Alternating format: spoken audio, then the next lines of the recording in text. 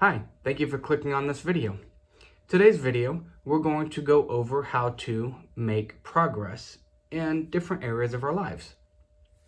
This one is going to talk about kind of reaching your I've had it moment and how to move on from there. So the first thing when we're looking to make change in our lives is we've got to have a moment that says, I've had it. I'm done. I'm not doing this anymore. Something has to change. Everybody has different things that will strike them as to what's going to prompt the change.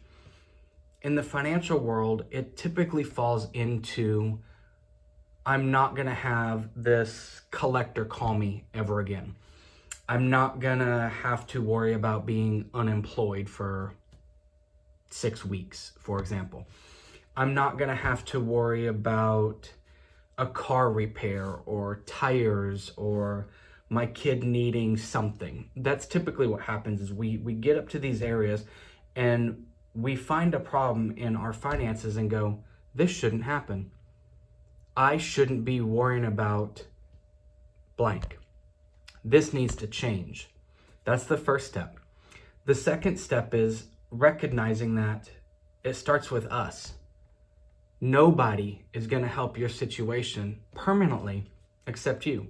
Yes, somebody can write you a check, but that doesn't really solve the problem. That just band-aids to get you over the bridge.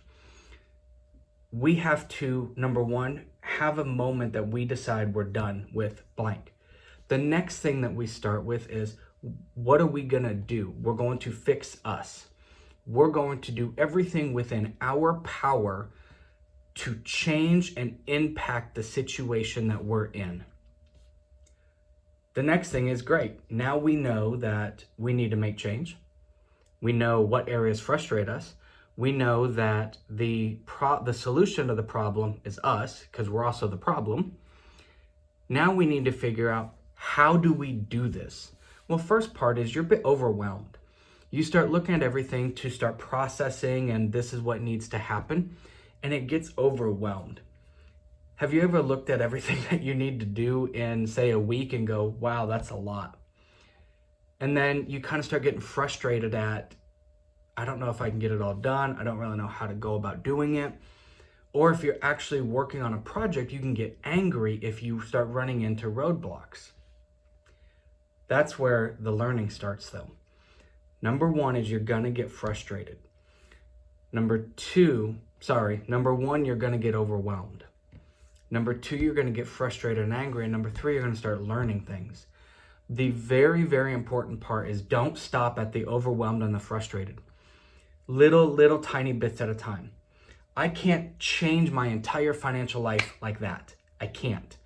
But I can do something today, right now, at this moment. Even if it's something that only takes 5 minutes, I can do a little tiny bit today that I can then stand on that achievement tomorrow and build from that. Now we start putting things in place. We need to build new habits. Most people operate on a autopilot script, let's say. We get up, we do the same thing. We do the same thing at work for the most part, and we go home and we run the script. Those are habits. We do them all the time. So what we're looking to do in any area that we want to affect change in our lives, we need a new habit. For example, a monthly habit should be, if you're married, you and your spouse need to create a budget every single month. Every month we build a budget. You're going to suck at it on month number 1. Just being honest with you. You're going to kind of suck at it at month number 2. You're going to suck a little bit less at it at month number 3. But if you notice a progression, month number 1 is going to be a struggle. You guys, that's the number one thing that clients tell us when they come to us is, I've tried to build a budget. It's not very functional. It works here and there, but I don't really stick to it. I don't really live on it. It's more of a guide. It's not really, this is the way I run our finances, type deal. What we're looking for is incrementally getting better. Month number 1, you go through, you build your budget. On one side, you put down all of your expenses. And on the other side, you lay out how you're going to reach every one of those forecasted expenses. Then you start tracking what you actually spent that month. At the end of the month, you bump up against, I thought I spent this and I actually spent this. What's the margin? Where do I need to start making corrections? We can look for 3 to 5 of these. What we're looking for is areas I can improve. I didn't know I spent that much on that. I didn't know I spent that little on that. I didn't even think about this item to budget. So I need to start working these in and that type of stuff. So as we go through it month by month, we start getting better and better at it. That's the purpose of learning. If you go to a college and you start studying a course and you ask them, how long is it going to take you to do this? And they say, I don't know. You're probably not going to stick around. That's what you're looking for. You're looking for some hope. You're looking to know, when I do this, I can expect that. If you actually commit and put the time in to do a budget for 3 months, I guarantee you, on month 3, you will be better than you were at month 1. You have to be. Otherwise, you weren't actually putting in the work to get better at your situation. That's the purpose of repetition. Personal finance, the concepts are not hard. What's hard is you and I, the people in the mirror. Problem is, we are all somewhat emotional. You go to the store, you see something, you go, hey, I need that, and you go buy it. Or you forget that something needs to be done, and now it becomes an emergency, and it doesn't matter what it is, where the money's coming from, this is going to happen. So when you start putting boundaries in place, we need to start laying out the budget to say, this is the stuff that's going to happen this month. And then on top of that, we start looking at things that we can plan for. You guys, Christmas and tires are not emergencies. Christmas comes around on December 25th of every single year. That's not a surprise. Plan for it. Number 2, tires on your car. Well, I had a blowout, Chris. That's a little bit different. That could technically classify as an emergency, but my tires are bald. You need to pay attention to your tires. You know, you can gauge how long you have in tires. Well, I just bought tires 6 months ago. You're probably going to be good for a few years. I bought tires 7 years ago, and I'm starting to see belts coming out. You should have been planning a little bit better. That's the stuff we're looking at, as we start planning for things. So then we start taking this out of our finances and we start being able to level off.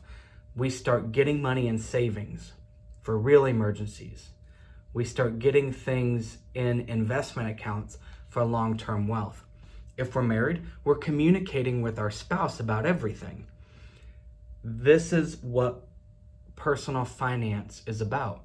We are winning with money, so we're looking at what got the ball rolling.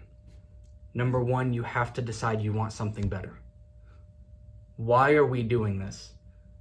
You guys, it's not an easy journey. But what we're looking for is something that will keep you latched on. Something that can maybe piss you off enough to provoke you to make change. So that way, when you go, this sucks. I've been doing this 9 months. I'm not having fun at this. I'm not really feeling like I see the numbers. I know I'm getting better, but I don't feel like I'm getting better. I'm just going to stop. That why will keep you going. Guaranteed that why will keep you going. If it's big enough. If it's, well, I kind of sort of feel like I don't really want to struggle with money. Not going to work. I kind of sort of feel like I don't want my kids to struggle with money, so I want them to be able to go to college. So I need to get some money in there. Probably not going to do it. I don't ever want my children to suffer with money the way my parents did, my grandparents did, I did, that type of stuff. That'll probably do it. I don't ever want a collector to call my children's household and say, you owe X. That might do it. But there's part of it. You got to change in your life, because more is caught than taught. And you've got to teach them at the same time as they see it. That's what you're looking for. making positive change. It's not easy. It's not easy at all.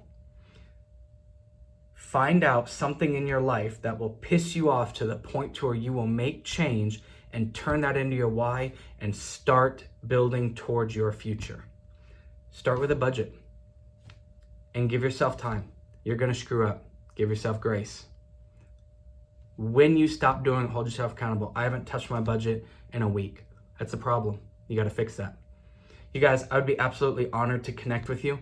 There's some DIY stuff on cleardirectionfinancial.com where you can kind of get a hold of some of the budgeting and do it on your own. If you want to connect with a coach and see what it looks like to walk with a coach, I'd be more than happy to do that.